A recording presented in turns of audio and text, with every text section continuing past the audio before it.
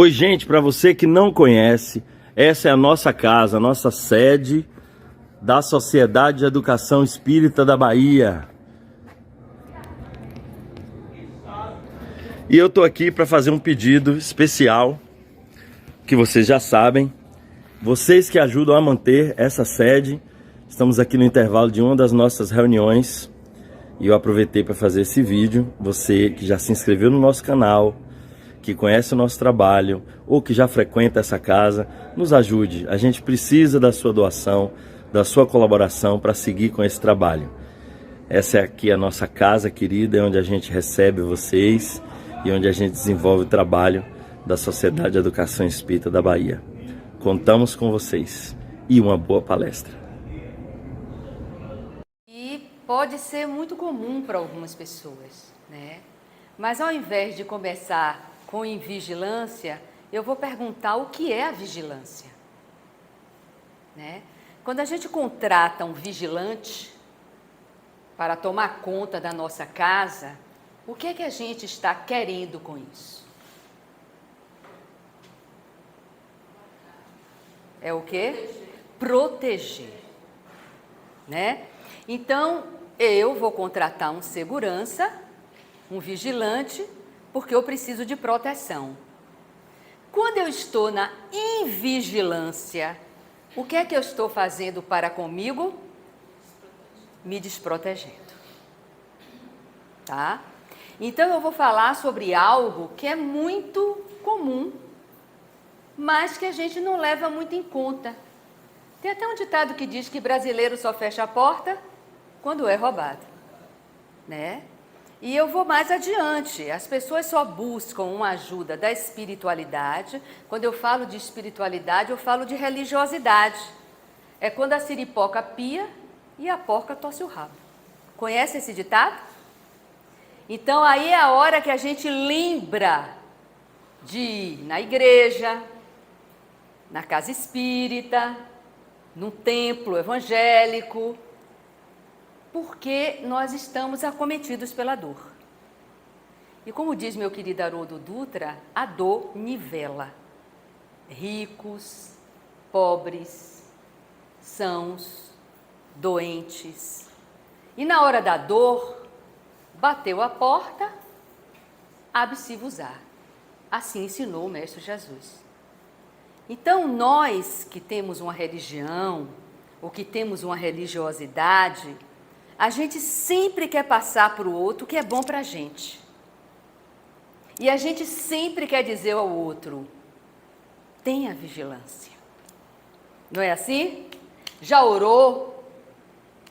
Você tem ido à casa espírita? Você tem ido à missa? E o que é que acontece com o outro que não está acostumado a ter essa vigilância? A gente passa a ser uma pessoa muito chata. Ah, eu não aguento mais. Tudo agora tudo agora é fazer. Por que que a gente faz isso? Porque nós estamos aprisionados. A nossa cabeça está aprisionada ao que o outro vai achar, ao que o outro vai pensar de mim. Ó, tá vendo um aprisionamento ali? Então, como é que eu, Mireia, uma pessoa que tem um grau de racionalidade acadêmica, posso ser uma espírita? Está faltando alguma coisa nessa moça aí. Essa moça está desgovernada. Porque eu tenho que ser só acadêmica, eu tenho que ser só doutora. E tenho que negar qualquer espiritualidade na minha vida. E quando eu me afasto da divindade, eu tenho vigilância ou invigilância? Invigilância. Tá? E aí a gente entra naquela música, deixa a vida me levar, vida leva eu. E quando a vida me leva, de forma que o meu instrumento seja a mente, adoece, que a mente adoece, porque a mente mente. Então, se a mente mente, a gente adoece.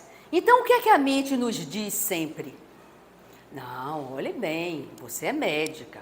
Não venha com esses papos aqui, não. Você é uma psicóloga, né? Você é engenheiro, você é sociólogo, você é professor, você está induzindo a seu aluno. E aí, a forma que a filosofia, né? Sofia, vem de sabedoria, tem até o livro Sofia, que eu gosto muito, que diz, vamos ensinar a sabedoria. E uma das sabedorias é a vigilância. Tá? Orai e vigiai. Por que Jesus ensinou a gente assim? Por que a gente, além de orar, tem que vigiar? Vigilância vem de vigiar. Por que nós temos que estar sempre vigilantes com a nossa mente? Porque a mente mente. Tá? Então, esse é o princípio. E o que é que a gente faz? A gente não foi educado a sentir, a gente não foi educado a valorizar o corpo como sintoma. Então, o corpo fala, né? E aí a gente fica só na mente.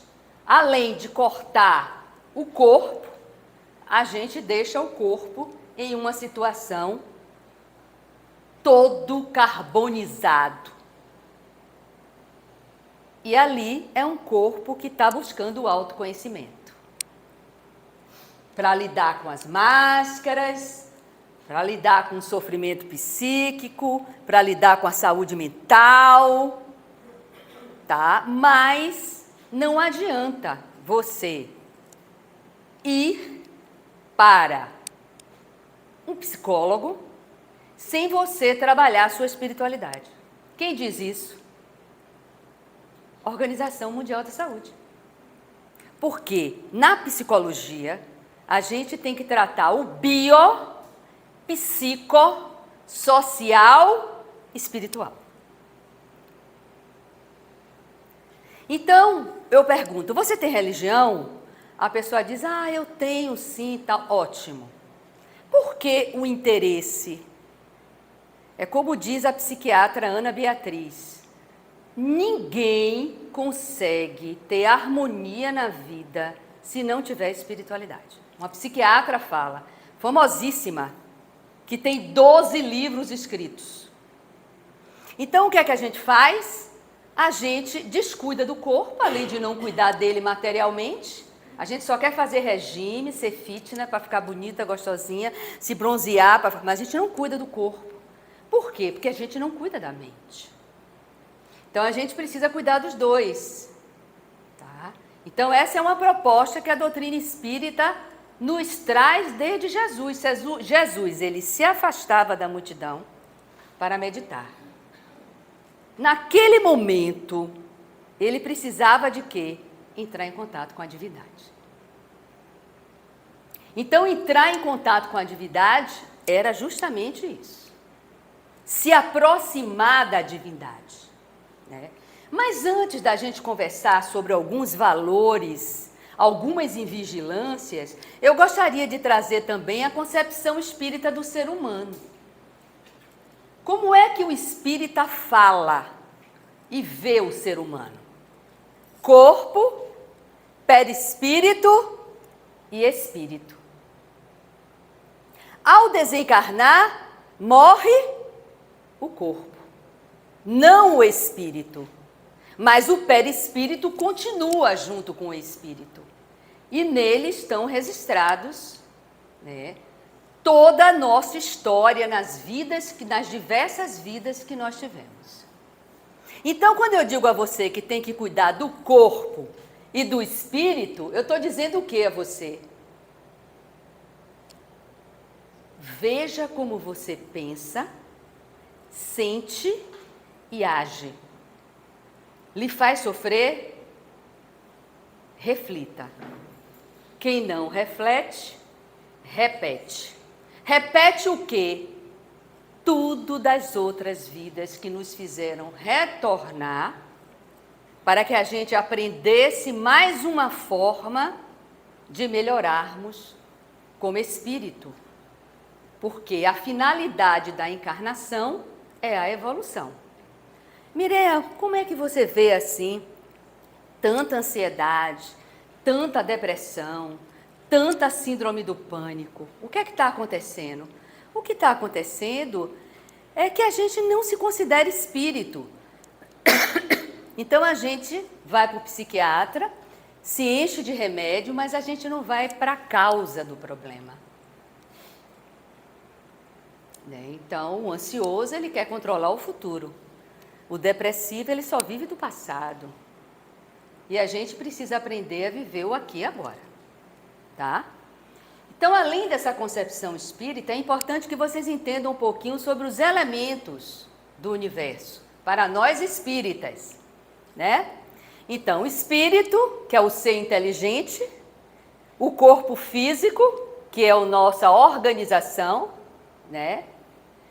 O perispírito, que liga o corpo ao espírito, tá? Então, o princípio inteligente está no espírito. E a matéria está no elemento corporal.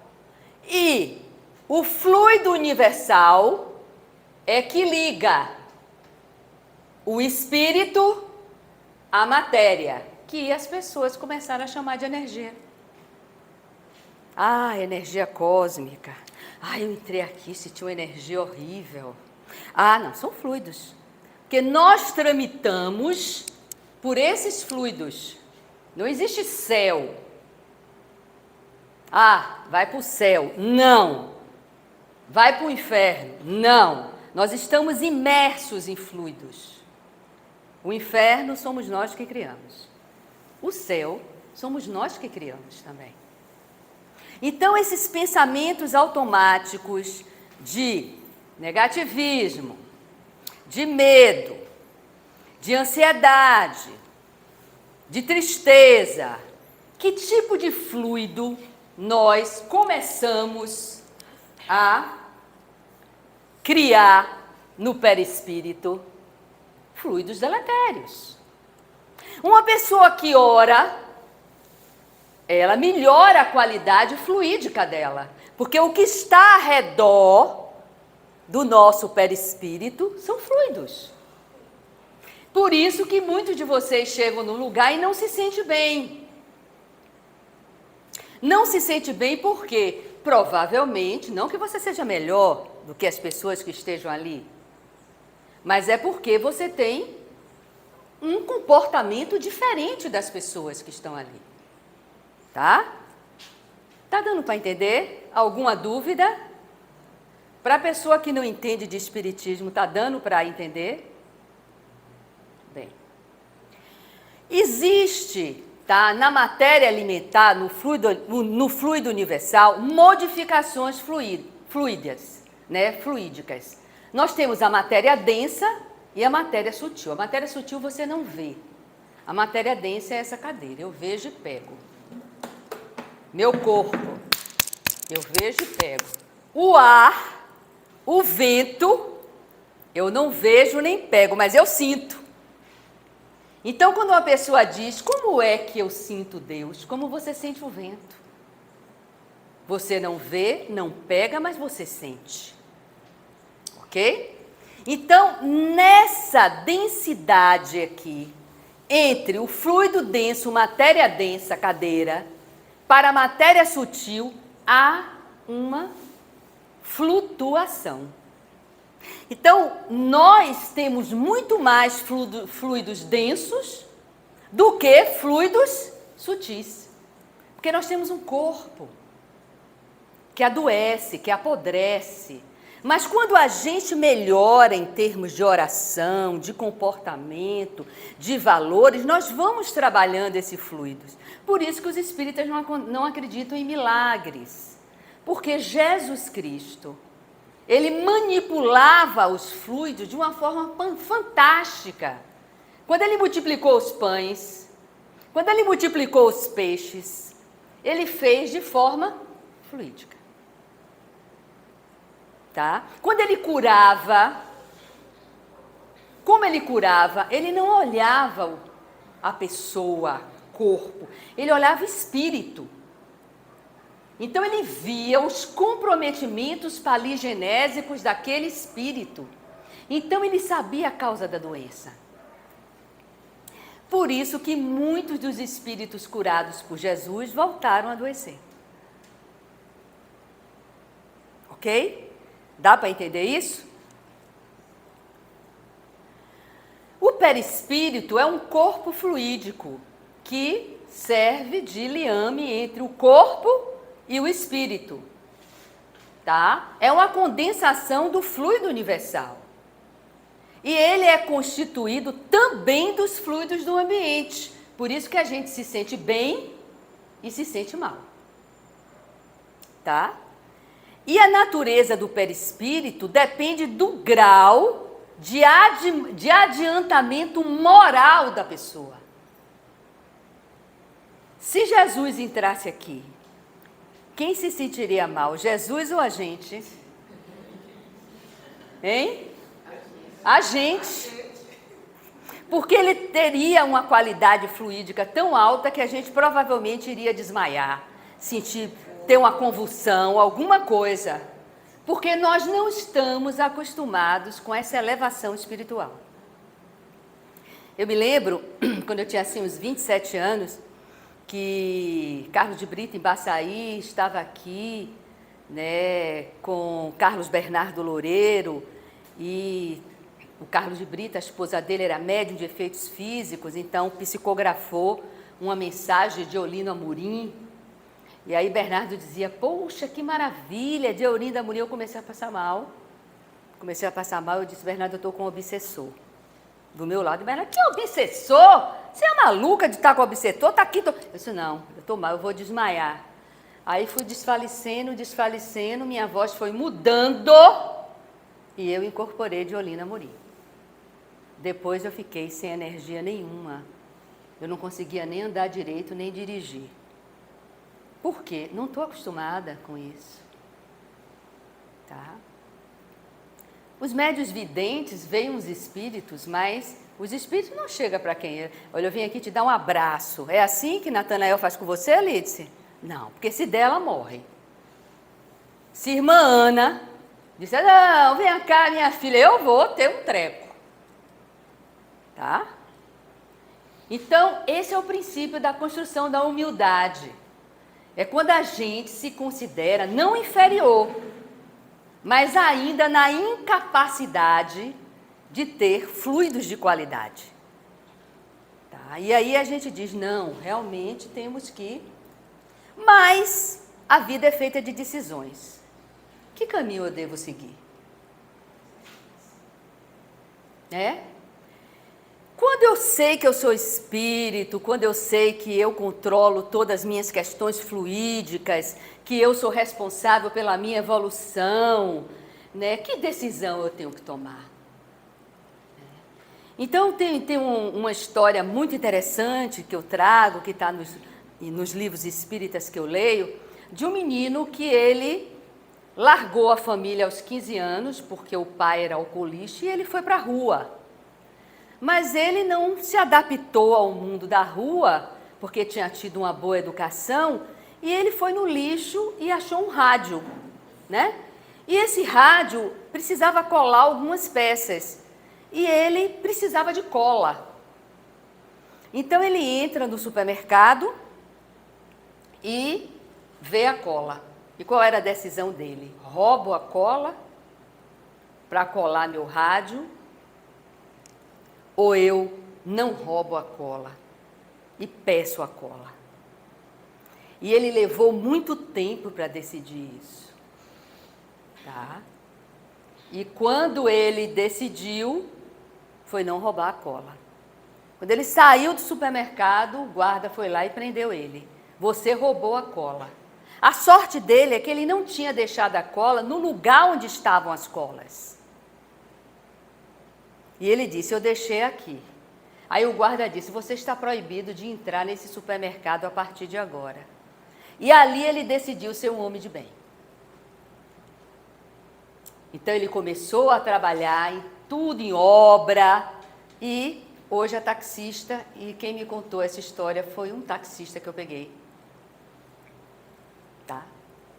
E eu disse a ele, nossa, você tomou a decisão correta. E muitas vezes, tomar as decisões corretas significa você ter que liberar o ego. Ser famoso, ter o que você deseja, né? Desistir de algumas coisas na vida. Não passar a perna em ninguém. Então, essas decisões não são fáceis, são difíceis. Eu fui consultora DOCA do MEC 19 anos, na época de Paulo Renato, o ministro Paulo Renato. Ave Maria, as faculdades me ofereciam muita grana para eu autorizar e reconhecer os cursos. Eu já contei isso, não sei se eu já contei aqui, mas já contei a algumas pessoas. Um dia eu cheguei em casa, morava no Chiep, uns 10 dias depois, uma cesta de Natal deste tamanho, ó, que mandaram para mim. Quando eu abri, eu tomei até um susto. Uísques, licores, bebidas. E eu tirei foto e mandei para Paulo Renato. Eu disse, olha, eu recebi isso aqui, Robson era o assessor dele, e eu não tinha autorizado, mas eu teria que retornar à universidade para ver se eles tinham feito as recomendações que eu tinha deixado. Em São Paulo, isso. Aí Paulo Renato disse, não, minha filha, pode ficar. E quem vai voltar lá é você, para reconhecer. Você agradeça a cesta, mas diga que não precisava.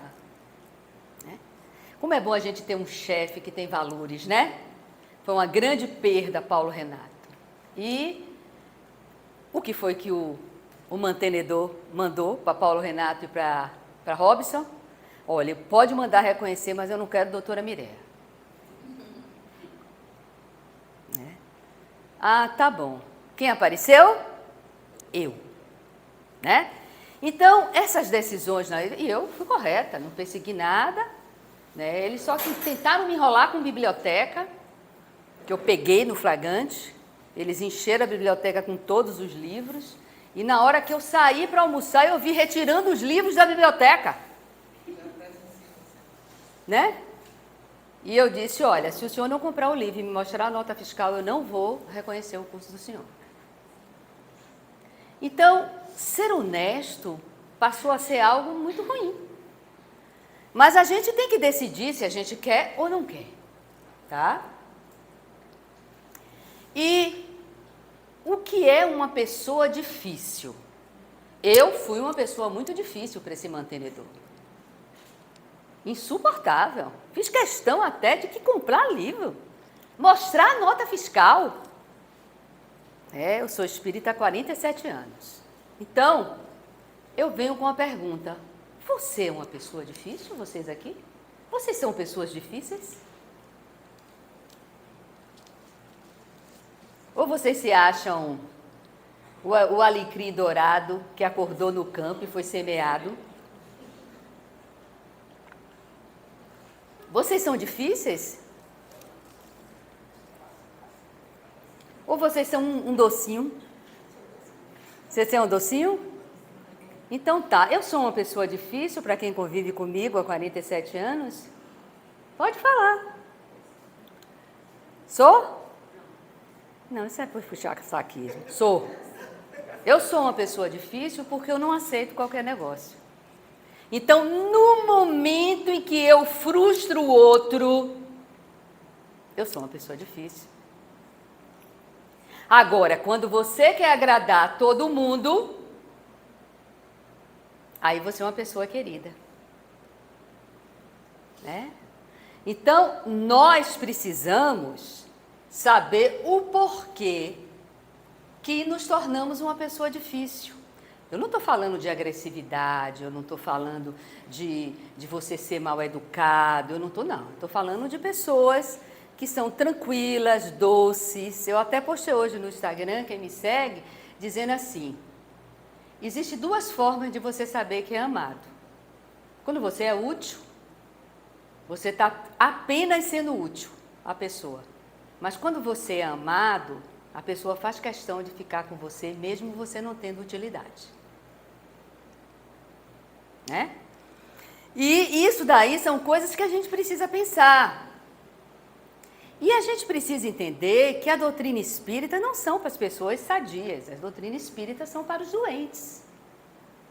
Então, se você entra numa casa espírita e você opta por ser espírita e você quer ser perfeito, você vai ficar obsidiado. É o próximo obsidiado da lista. Né? Nós estamos aqui para sermos como somos, porque Jesus gosta da gente como a gente é. Nós é que não gostamos da gente. Nós é que não nos aceitamos como somos. E fica sempre uma interrogação. Eu sou querido? Eu sou amado? Olha, eu não gosto de falar. Olha, eu não vou falar tal coisa. Eu preferi ficar calado. Não, eu prefiro falar. Porque eu tenho que cuidar do corpo. Se eu não falar, eu vou adoecer. Agora, a forma que eu vou falar é que é diferente. Então, hoje mesmo, quando aconteceu uma coisa comigo no meu consultório, e eu disse, não, eu já sabia disso. Da maior tranquilidade, não, eu já sabia. Eu sei disso. Tal. Porque as pessoas, elas se acostumaram ao quê? A enganar. Você quer ver quando começa? O telefone toca, é amiga da mãe. A mãe chega para o filho e diz, diga que eu não estou. Ela está. Mas mandou o filho mentir. Ah, não estou afim de falar não. Por que a pessoa não chega e diz, olha, eu estou extremamente ocupada, não posso falar agora. Ah, mas o outro não vai entender. Problema do outro, problema não é seu. Problema é do outro. Se o outro se aborreceu, o problema é do outro, não é seu. E com isso a gente vai se encouraçando cada vez mais e ficando silencioso cada vez mais e o corpo vai adoecendo cada vez mais. Calma, gente, eu não estou querendo que vocês fiquem tristes, não. Já já a gente vai dar uma gargalhada aqui, tá? Bem-aventurados os mansos e pacíficos. Eu acabei de dizer que a gente tem que ser sincero, tá lá no Evangelho, né? Bem-aventurados os mansos e pacíficos. O que é que Jesus quis dizer com isso? Né? Porque os mansos e pacíficos ficarão na terra. O que é mansitude? É você saber se colocar sem magoar ninguém. É você saber se colocar sem ofender ninguém, sem ferir ninguém, tá? Diga-me o que pensas, que direi quem tu és. Quem falou isso? Jesus. Então, se você não disser o que pensa, a pessoa não vai saber quem você é. Você quer isso, Mirel? Não é bem isso que eu quero, mas se você me explicar que isso é bom para mim, eu posso até mudar de ideia. Isso é ser flexível. Agora, outro diz, você tem que querer. Não, eu não tenho que querer nada. Né? Você é educado? Você se considera uma pessoa educada? Por favor, com licença, bom dia, boa tarde. Muito obrigada por isso. Poxa, você foi extremamente gentil. São costumes que a gente tem que aprender desde pequeno. Né? Eu atendo um adolescente que eu estou até aprendendo algumas gírias. Então, ele só fala assim, taus e taus. Né? Agora, muda todo o português. Né? Eu digo, o que é taus? Ele diz, não, é porque assim, é de 7 taus. Eu disse, tá. Mas é gíria, ele escreve tal, mas diz taus. E as coisas estão começando a ter uma normalidade tóxica. Nosso português está um português tóxico. A gente já não fala mais como deveríamos falar. Então, está tudo na gíria. Tá? De cheio de mimimi. O que é mimimi? Ah, frescura. O que é frescura? É nisso que as grandes depressões, as pessoas querem dizer que são normais. Porque elas não vão ser aceitas se disserem que estão em depressão. E depressão é uma doença, como gripe, como Covid. Mas as pessoas ficam como presas. Não querem falar que estão doentes. Eu digo logo, eu tive uma virose horrível, eu estou morrendo de dor de cabeça, eu estava fazendo terapia ontem. Aí eu disse para meu terapeuta, eu pensei que fosse tumor abdominal, não sei o que. Ele vai para o Santa Isabel agora, não vai mais para o Jorge Valente, vai não sei o que, não sei o que. Aí no final a gente caiu na gargalhada, porque nós estávamos falando sobre doença e sendo verdadeiro com aquilo que sentiu. Não, eu estou muito bem, foi rapidamente que passou o avião, foi rapidamente nada. Foi muito mal, não aguentava sair da cama, dor de cabeça. Mas a gente tem vergonha até de ficar doente, gente. Somos fortes, somos super-heróis. Capitão América, Mulher Maravilha. Não, eu não sou. Eu sou Olívia de Pompeii. Pompeii, você é magra. Coitada, até que ela era forte um pouco, mas... E Popeye é o homem do espinafre. Então a gente vive hoje tomando o quê? Espinafre. As academias cheias de espinafre, para não dizer outra coisa, né? E todo mundo querendo ser super-herói. Você é pacificador? Você consegue pacificar uma discussão? Ou você procura aliados? Porque toda vítima procura aliado, né? Toda pessoa que se faz de vítima quer um aliado. Né? Você tem autoridade ou autoritarismo? Porque uma pessoa que tem autoridade, ela nunca vai se cansar de repetir as mesmas coisas. Né? Como diz Rubem Alves, educar é um ato de amor com repetição. Quis ser mãe, quis ser pai, vai repetir. O tempo inteiro a mesma coisa. Se você não quer ser esposa, quer ser mãe, você vai repetir a mesma coisa para o marido.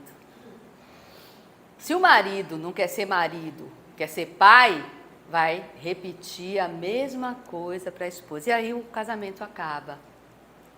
Né? E você faz o bem? Isso é ser pacífico. Que é uma coisa extremamente importante quando a gente fala de invigilância. Se você pensar que você não é pacífico, que você é uma pessoa difícil, que você toma decisões erradas, você já está na invigilância. Tá? E o outro é a mentira. Não existe mais atração para um obsessor do que uma pessoa mentirosa. Ok? Você mente? Diz que tem a mentira branca. Imagine. A inveja branca, a mentira branca. Mentira é mentira, inveja é inveja. Olhe, eu omiti, porque na realidade eu não quis criar um problema. Mas o obsessor quer criar um problema com você, sim. Né? Você esconde as coisas? Existe mentira branca? Ou a gente tem que ir com a verdade sempre? Depois de uma mentira, toda a verdade vira dúvida. A gente leva uma vida inteira para construir confiança. Basta uma mentira para a pessoa já ficar com a pulga atrás da orelha. Então, o que é que os espíritos menos esclarecidos aproveitam na nossa invigilância? Essas coisas que eu estou falando para vocês. Então eles começam a nos seguir por afinidade fluídica. Ah, ela mente, então vou fazer ela passar uma vergonha agora. Quando ela for mentir, pá!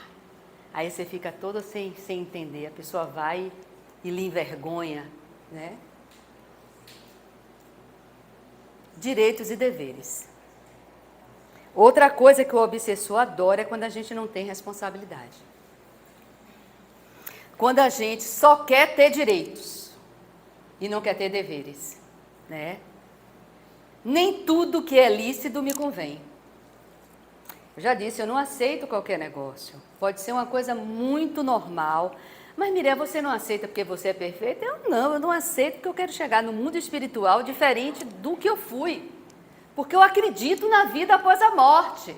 Então, se a minha encarnação foi encarnação de muitas dificuldades, se a minha encarnação foi de muito sofrimento, eu já fui chamada a atenção pelo sofrimento presente.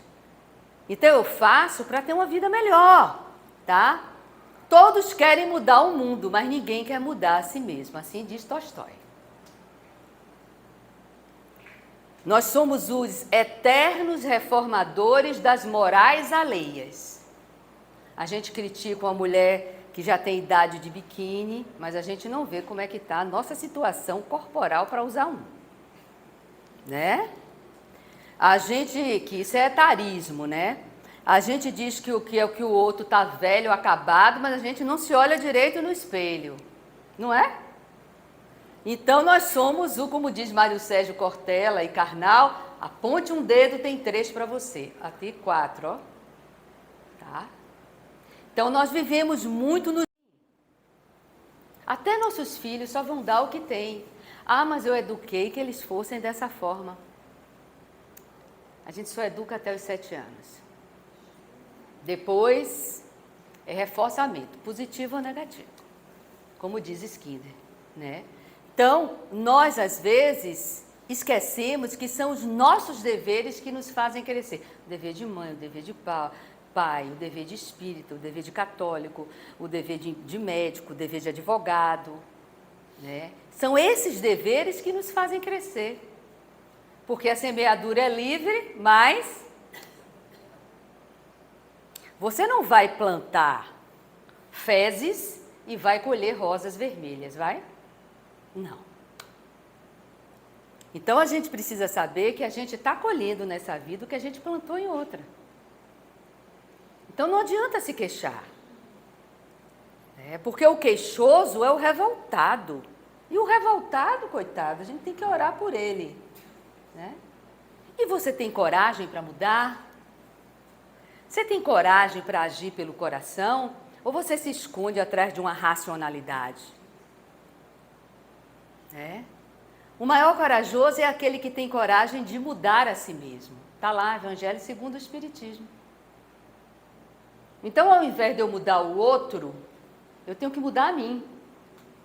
O outro eu posso aconselhar, mas dizem que conselho água só se dá a quem pede, não é isso? Então, se o outro pedir, a gente dá, tá? A coragem de ser imperfeito, uau! Esse daí, para mim, é maravilhoso.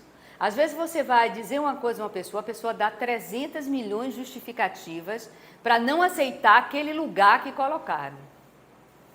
Não, não é bem assim, ó, tá? Não, você... Não, aceite, não sei fazer mesmo, acabou. Hoje eu estava super nervosa porque aconteceu um negócio comigo, eu liguei logo para minha advogada. Depois para minha filha. Por quê? Porque eu sou imperfeita. Mas imagine que eu digo, não, estou tudo bem. Pode vir mais porrada, pode vir. Eu sou a Mulher Maravilha, eu sou isso. Não, eu sou um ser humano que estou aqui aprendendo a ter coragem. E essa coragem é algo que a gente tem que estar vigilante. Porque é a coragem de vencer a si mesmo, é olhar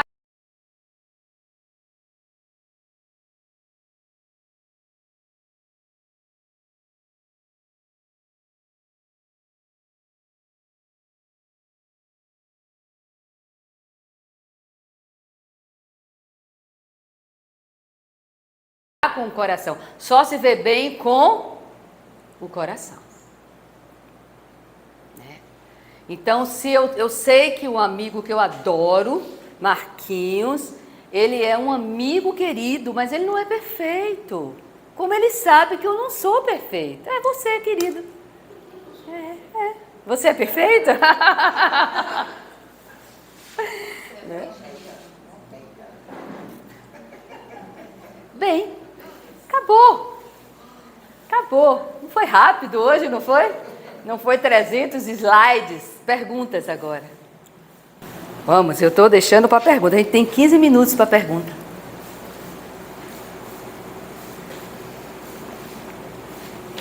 Quem é perfeito além de Marquinhos aqui?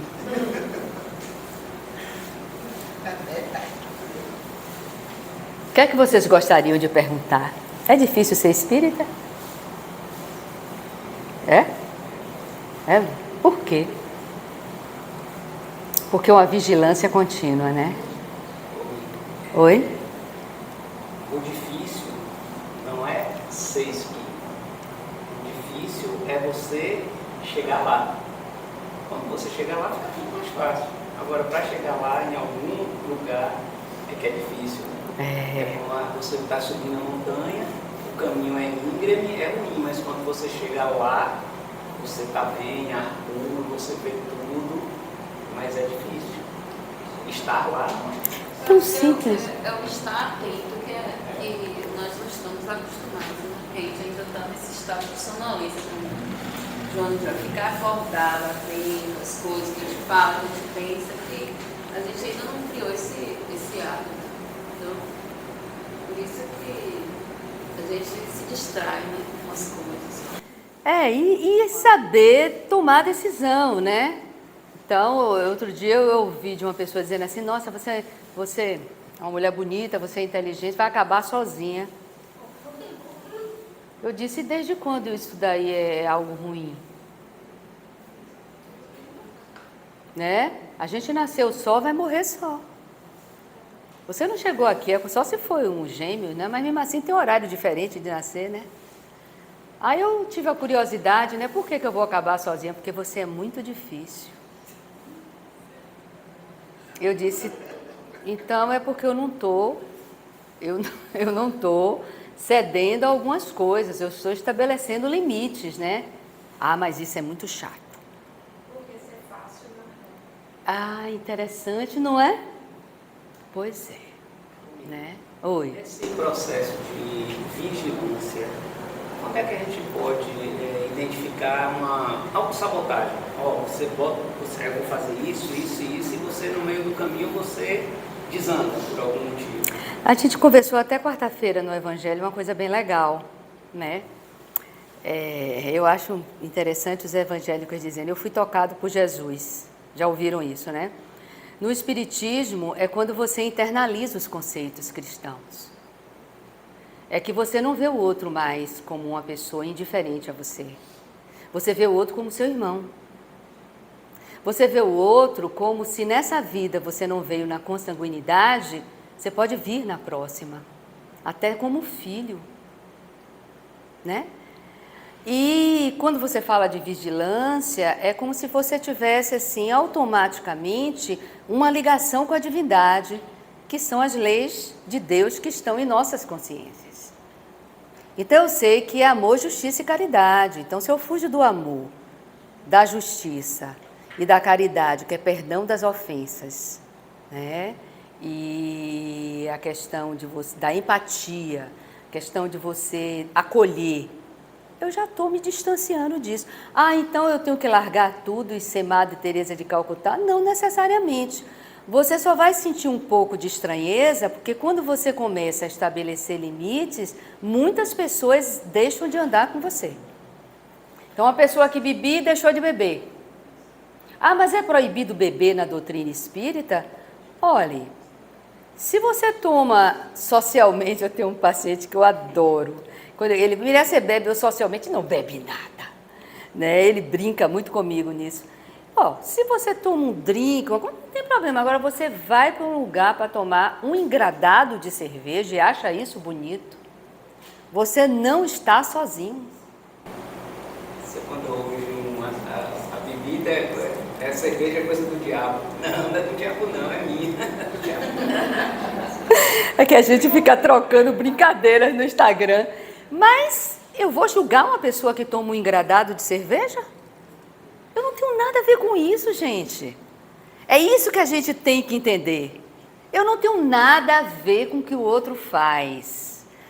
Aí é que eu amo Aristóteles quando ele diz, ao outro como lhe apraz, a mim como devo. Então, se eu acho que para mim é o melhor isso, tal. Eu vi, por exemplo, eu assisti uma palestra de um espírita de São Paulo, muito interessante, eu esqueço o nome dele, ele dizendo assim, eu não como carne de nenhuma espécie, porque eu fui ver matar um porco, eu vi matar uma vaca, eu vi matar não sei o quê, eu vi matar não sei o quê, e eu disse assim, nossa, que dor, para ele foi uma dor muito grande mesmo, eu não vi matar ninguém. Então, os porquinhos, né, as vaquinhas, né, mas eu tenho que deixar de comer carne por uma consciência. A minha consciência é, eu tenho uma digestão péssima para carne vermelha. Aí eu evito carne vermelha, tá? Não consigo comer carne vermelha. também são 30 e tantos anos no exercício da mediunidade, que isso deve também interferir.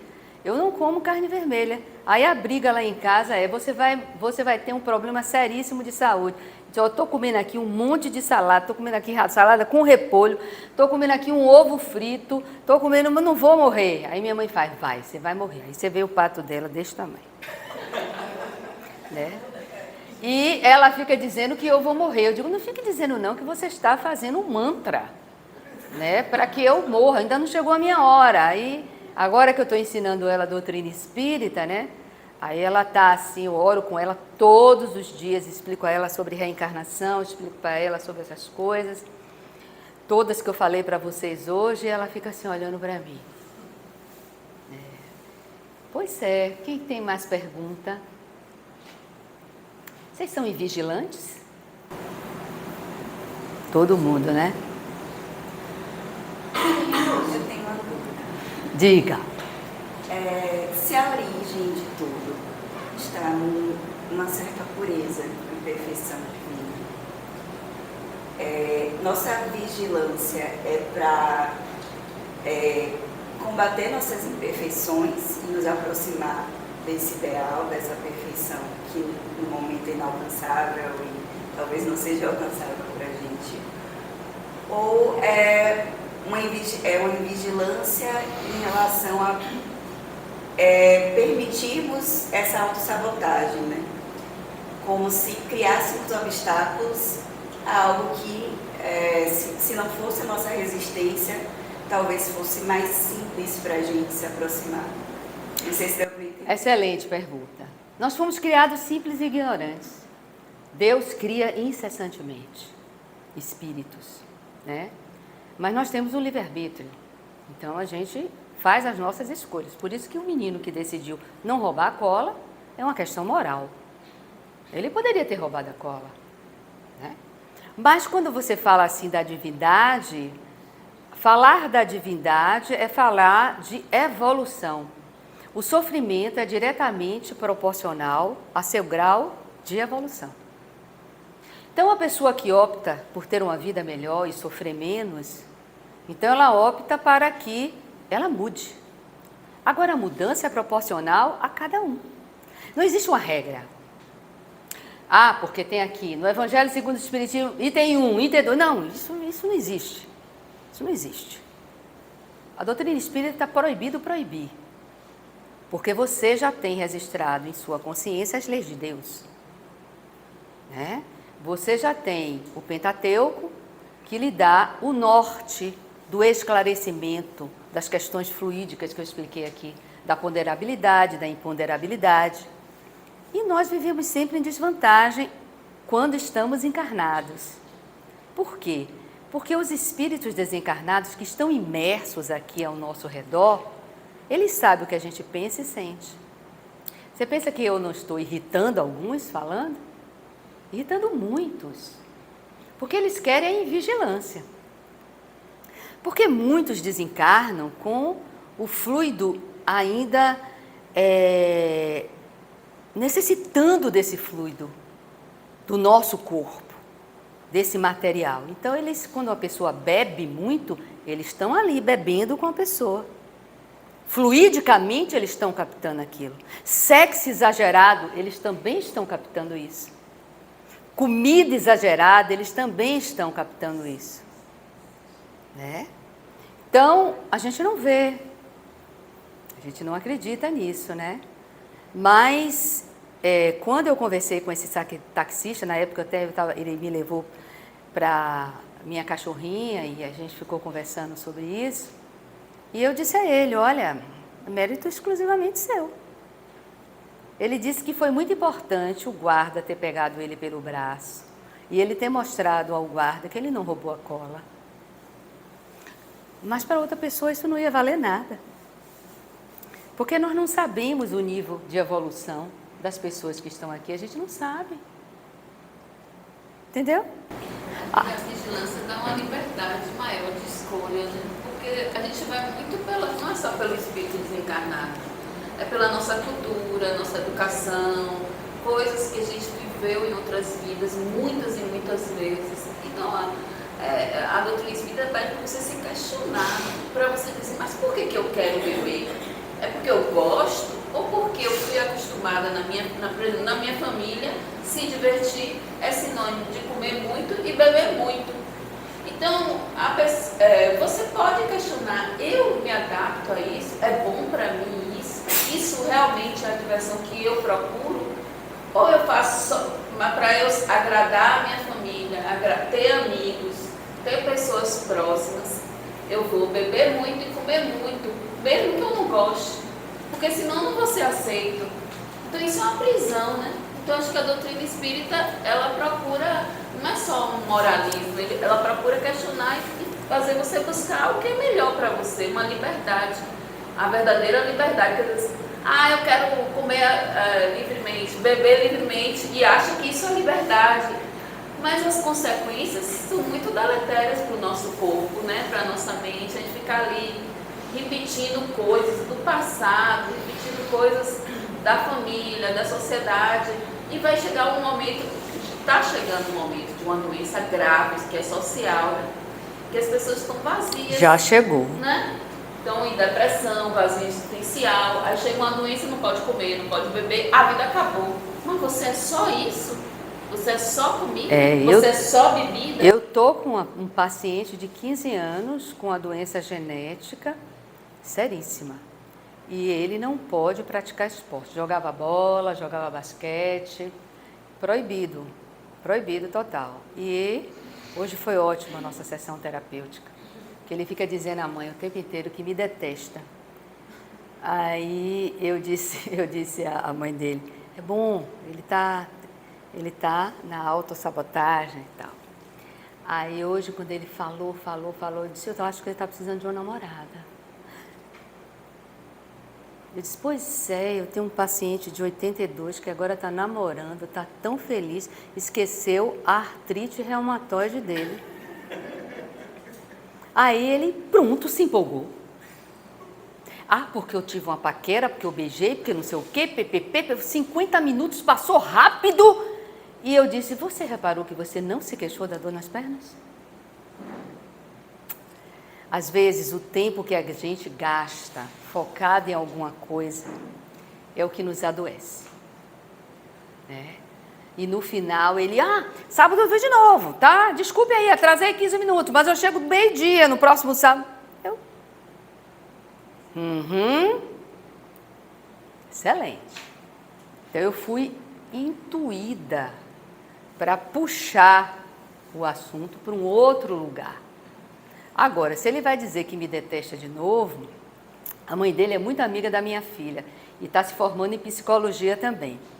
Aí ela ligou para mim e disse, olha, ele está dizendo isso de você. Eu disse, tá bom. Aí ela deu uma gargalhada. E ele disse que não quer mais ir para a terapia. Eu disse, tá bom. E você disse o quê? Até postei hoje no Instagram. Quando a gente trabalha com adolescente, tem que haver um pacto familiar e uma credibilidade ao profissional. Ela disse, eu confio em você, Tia Mi. Pode ir. Hoje ele já saiu amando a terapia. Então, essa inconstância, muitas vezes, do adolescente, é para que os pais sejam manipulados por ele. Filho único, né? Então, todo mundo com peninha. E quando eu disse a ele, você notou que você hoje não se queixou das suas pernas? Aí ele, foi mesmo, nem me queixei. Eu disse, pois é, namorar, vamos namorar. Vamos namorar, porque eu ativei o desejo, né? Então ele sai do desejo de ser vítima para ser salvo e vai para o desejo da área sexual, do beijo, do abraço e do remisfrengue.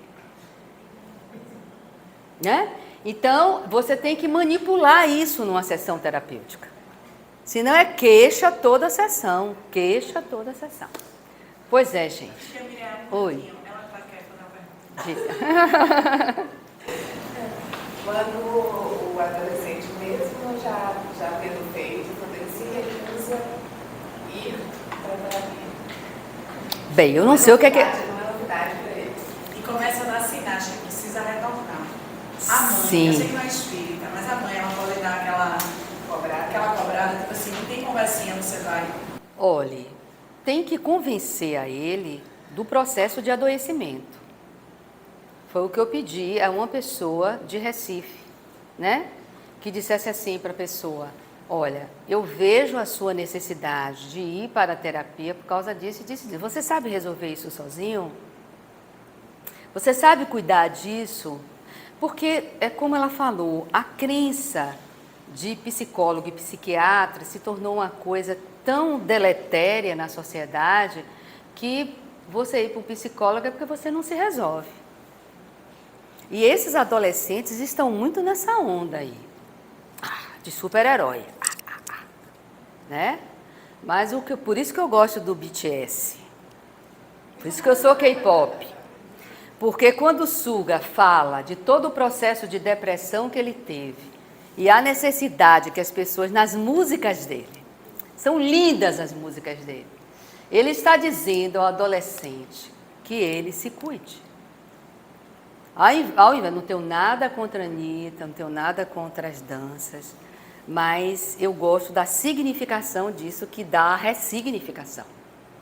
Então, as músicas do BTS são músicas lindíssimas, as letras são lindíssimas, emocionam.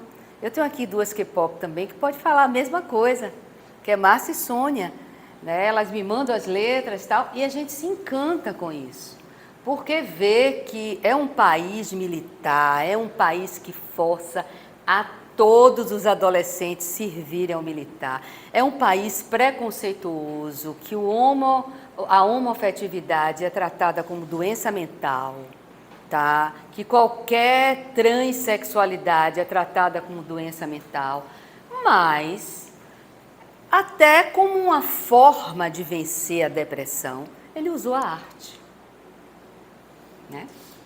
Eu tenho visto muito adolescente depressivo.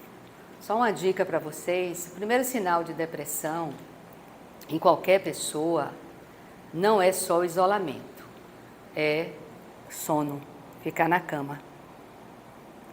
Entendeu? Não ter vontade mais de fazer as coisas.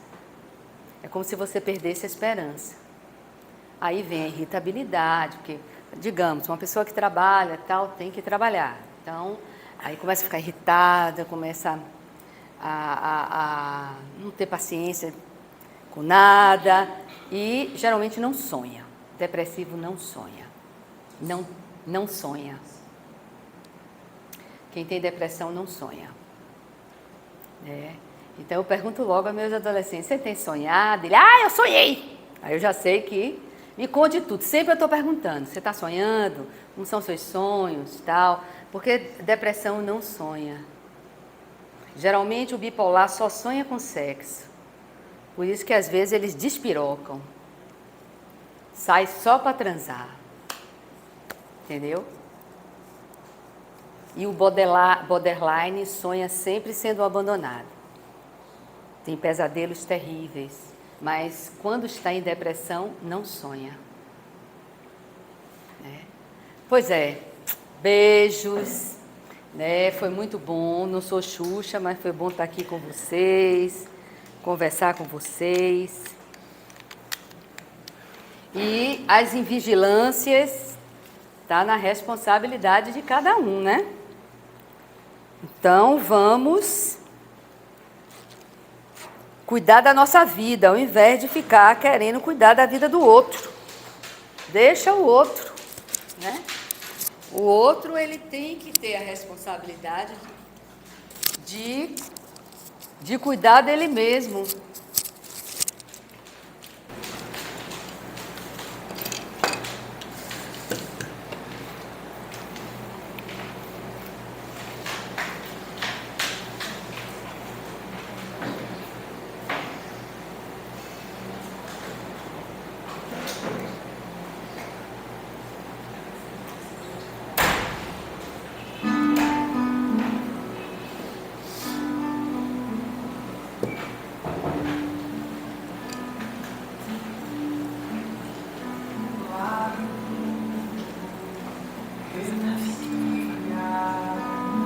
A toda forma de barulho,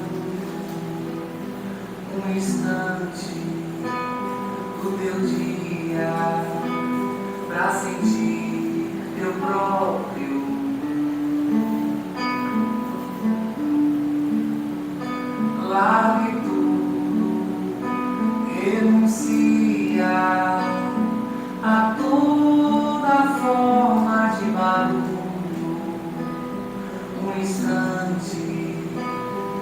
teu dia, pra sentir teu próprio mundo. Vai entender que pulsar é a mágica da vida, o movimentar da vida, a razão divina pra seguir. Vai conceder a alma um alívio, um silêncio.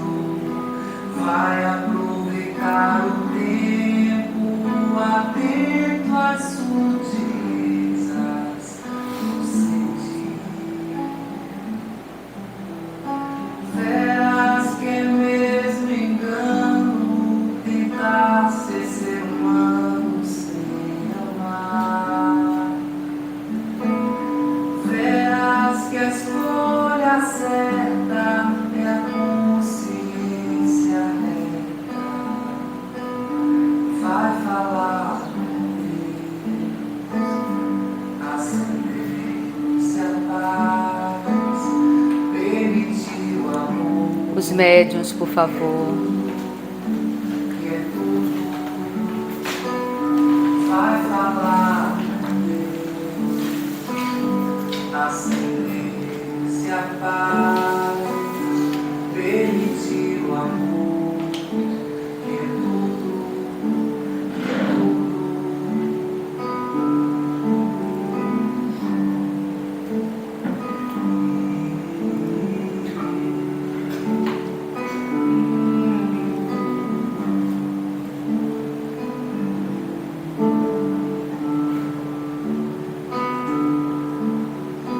Verás que é mesmo engano tentar ser humano sem amar. Verás que a escolha certa é a consciência reta. Vai falar com Deus, acender-se a paz, permitir o amor, que é tudo, que é tudo. Vai falar com Deus, acender-se a paz, permitir o amor, que é tudo, que é tudo.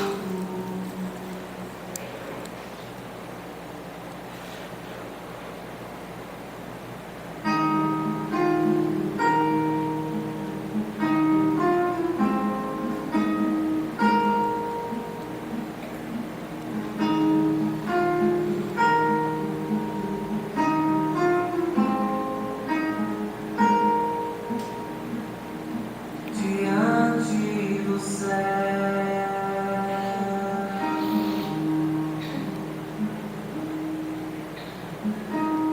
flertando as estrelas, eu não sou nada. O espanto que acorre em mim, a avidez do saber.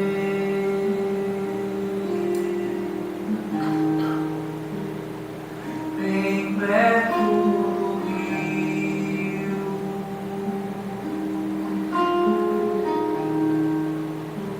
do vigor da correnteza, eu não sou nada além da folha que seca de sede, se a água não olhar a raiz.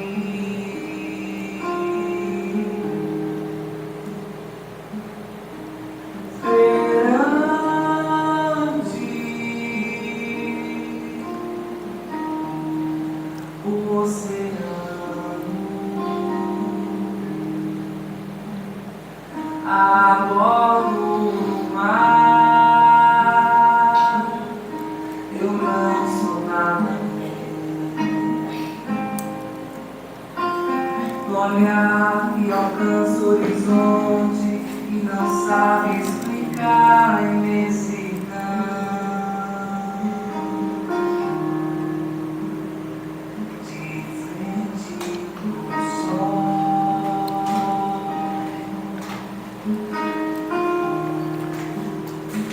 sobre a força das montanhas. Eu não sou ninguém. Do ínfimo ser que enfrenta o desafio de viver.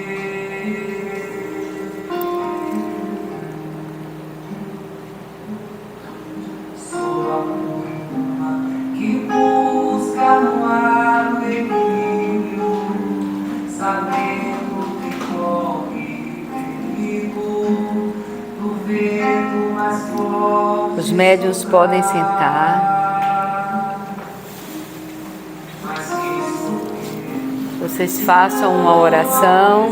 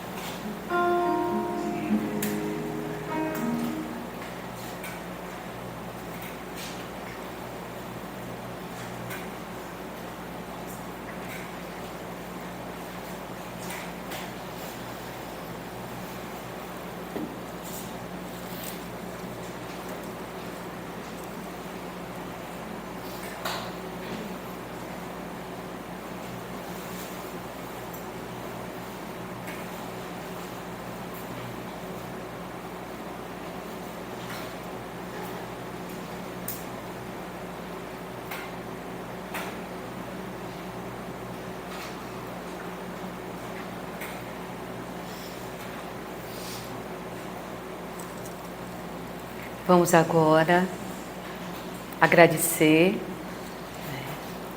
por tudo que nós recebemos, agradecer pela nossa saúde, pela nossa vida, pela nossa família.